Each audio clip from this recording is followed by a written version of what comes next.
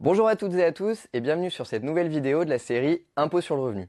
Au programme d'aujourd'hui, une catégorie de revenus qui peut vous concerner, soit en tant que dirigeant de société, soit comme particulier, s'agissant de la gestion de votre patrimoine, les revenus de capitaux mobiliers.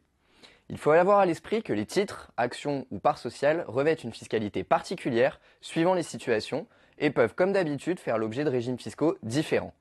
Ainsi, afin d'optimiser au mieux la fiscalité de ces types de revenus, nous allons successivement voir que sont les RCM, qu'est-ce qu'ils comprennent, et enfin, le plus important, comment sont-ils taxés. On fait le point, c'est parti.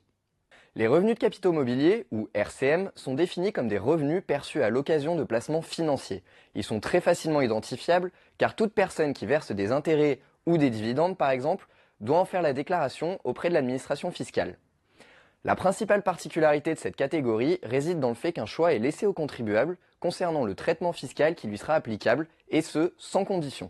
En effet, depuis 2018, les RCM sont en principe imposables à la flat tax, un prélèvement forfaitaire unique, le PFU, ou bien au traditionnel barème progressif de l'IRPP, mais nous allons y revenir. Attention, ce choix est global, c'est-à-dire qu'une fois qu'on a choisi la flat tax ou le barème, ce mode d'imposition s'appliquera à tous les revenus du capital concerné, les RCM et les plus-values sur titres notamment.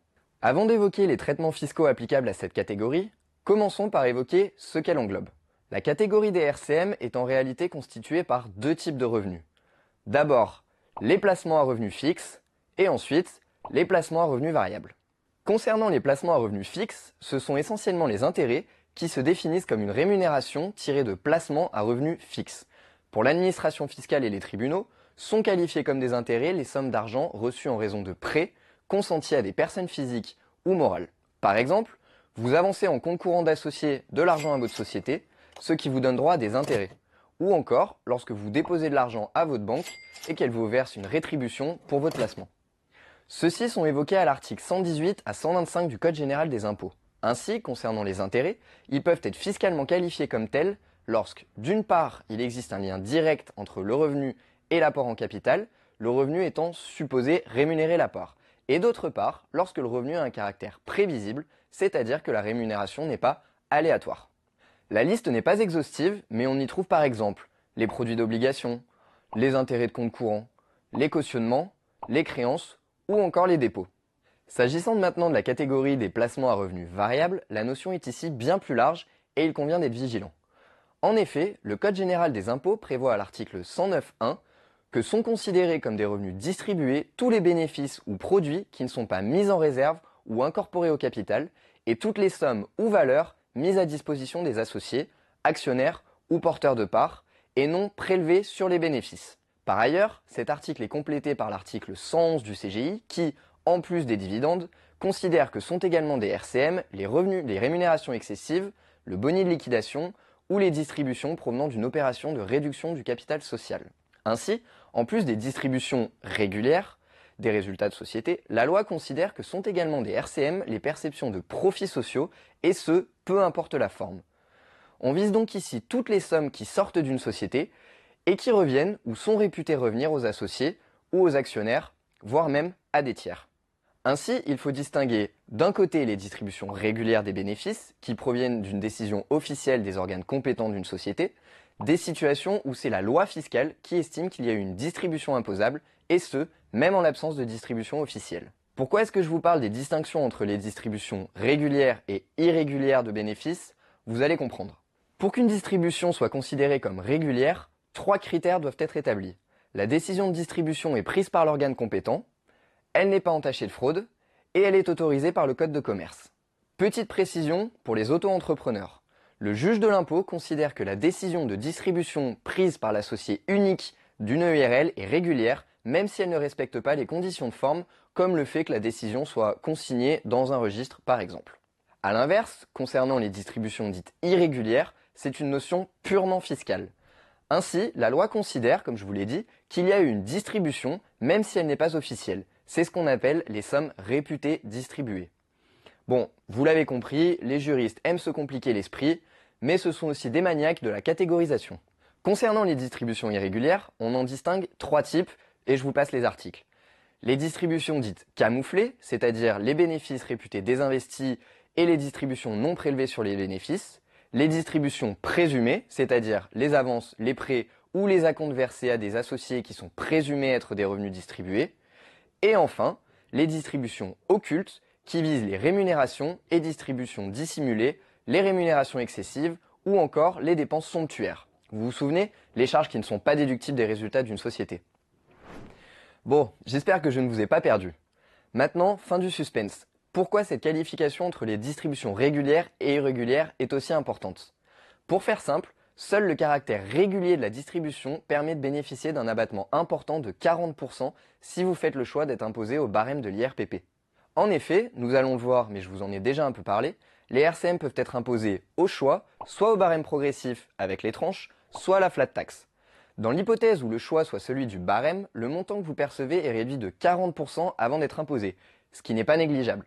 Mais tout ceci n'est possible que seulement si la distribution est régulière. Prenons un exemple. La SARL Martin Dupont-Morand, composée de 3 associés, réalise un bénéfice de 50 000 euros. Elle décide de distribuer 30 000 euros, les 20 000 euros restants étant incorporés aux réserves. L'Assemblée générale décide de la distribution et verse 10 000 euros à chacun des associés. La distribution est régulière, Monsieur Martin fait le choix de l'imposition au barème, il sera imposable ainsi non pas sur 10 000 euros, mais seulement sur 6 000 euros qui seront ajoutés dans son revenu global soumis au barème. A l'inverse, si dans le même cas, Monsieur Martin, qui est le gérant de la société, avait décidé seul de verser 10 000 euros à chacun des associés en tant que répartition du bénéfice, et ce, alors même que les statuts de la société prévoient que seule une assemblée générale est compétente, la décision de répartition n'est pas régulière, et il sera impossible de bénéficier de l'abattement de 40%, donc si le choix est celui de l'IRPP, le revenu imposable pour Monsieur Martin sera de 10 000 euros et non pas 6 000. Attention, plus grave encore concernant les rémunérations et distributions occultes. Dans la situation où l'administration fiscale considère qu'une distribution occulte ou qu'une rémunération occulte a été réalisée, notamment dans le cas où le montant des revenus distribués excède le montant total des distributions résultant des déclarations de la société, une procédure spécifique peut être engagée à l'encontre de la personne qui a réellement perçu les sommes. Dans ce cas, le bénéficiaire sera personnellement imposé au barème progressif de l'IRPP à raison de la distribution, sans abattement ni crédit d'impôt, et les sommes seront imposées à hauteur de 125% du montant, soit une majoration d'un quart du montant réellement perçu. D'ailleurs, précision concernant les rémunérations excessives des dirigeants de société, elles font l'objet d'un double traitement fiscal. D'une part, la fraction jugée excessive n'est pas déductible au niveau de la société et sera donc réintégrée à son résultat imposable.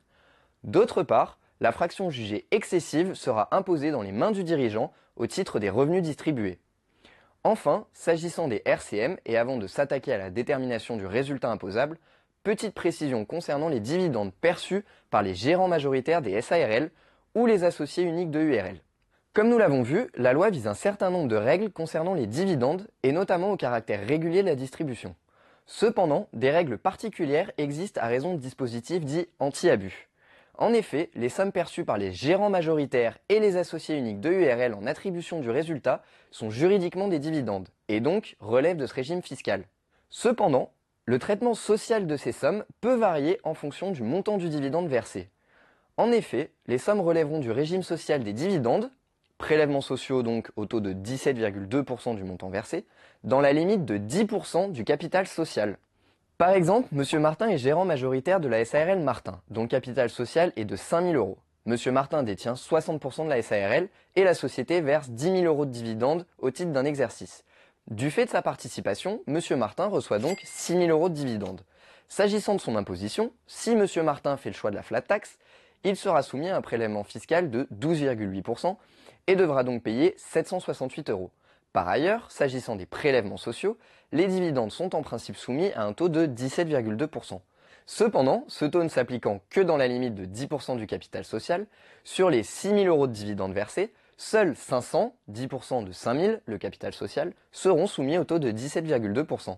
Le restant des dividendes versés, soit 5 500 euros, sera soumis aux cotisations sociales et donc à un taux bien plus important. Précision toutefois, dans ce cas de figure, les cotisations sociales pourront être déduites du résultat de la SARL. Bien, nous avons vu ce qu'englobe la catégorie des RCM et quels sont les revenus qui y figurent. Passons maintenant à la détermination du résultat imposable de cette catégorie de revenus. S'agissant donc du régime d'imposition des RCM, elle se fait en réalité en deux temps. D'abord avec le paiement d'un acompte, dit prélèvement forfaitaire non libératoire, ensuite avec le paiement de l'impôt définitif. Première étape donc, le versement d'un acompte. Lors de la perception de revenus mobiliers de placement, qu'ils soient fixes ou variables, un prélèvement est effectué au moment du versement du revenu. Depuis l'adoption du prélèvement forfaitaire unique, ou PFU, la flat tax, le taux de l'acompte est de 12,8%. Attention, le prélèvement se calcule sur le montant brut de la distribution, et aucune déduction pour frais et charges ne peut être réalisée. Il ne prend pas en compte l'abattement de 40%. Par ailleurs, il faut rajouter à cet acompte les prélèvements sociaux, qui sont également prélevés au moment du versement d'un montant de 17,2%. Finalement, acompte plus prélèvements sociaux, un montant de 30% sera imputé sur le versement. Il est cependant possible de demander une dispense d'acompte, que ce soit pour les revenus issus de placements fixes ou variables. Et dans ce cas, si les gains sont issus de placements à rendement fixe, il est possible d'être dispensé de cet acompte si votre revenu fiscal de référence de l'avant-dernière année est inférieur à 25 000 € si vous êtes célibataire, veuf ou divorcé, ou 50 000 € si vous êtes en couple. A l'inverse, s'agissant des sommes issues des placements à rendement variable, vous pouvez être dispensé de cet acompte si votre revenu fiscal de référence de l'avant-dernière année est inférieur à 50 000 € si vous êtes seul ou 75 000 € si vous êtes en couple. Petite précision, la demande de dispense prend la forme d'une attestation sur l'honneur et elle doit être formulée au plus tard le 30 novembre de l'année précédant celle du versement effectif du revenu. Prenons un exemple pour éclairer tout cela. Monsieur Durand perçoit en 2021 des dividendes d'un montant de 1 000 €. Il devra donc verser un acompte égal à 12,8%, soit 128 € au moment de la distribution, et en plus des prélèvements sociaux de 17,2. Une fois l'acompte versé, la deuxième étape est celle du traitement fiscal. Je l'ai évoqué à de multiples reprises, deux choix sont offerts aux contribuables, mais le principe qui s'applique à défaut de choix est celui du prélèvement forfaitaire unique.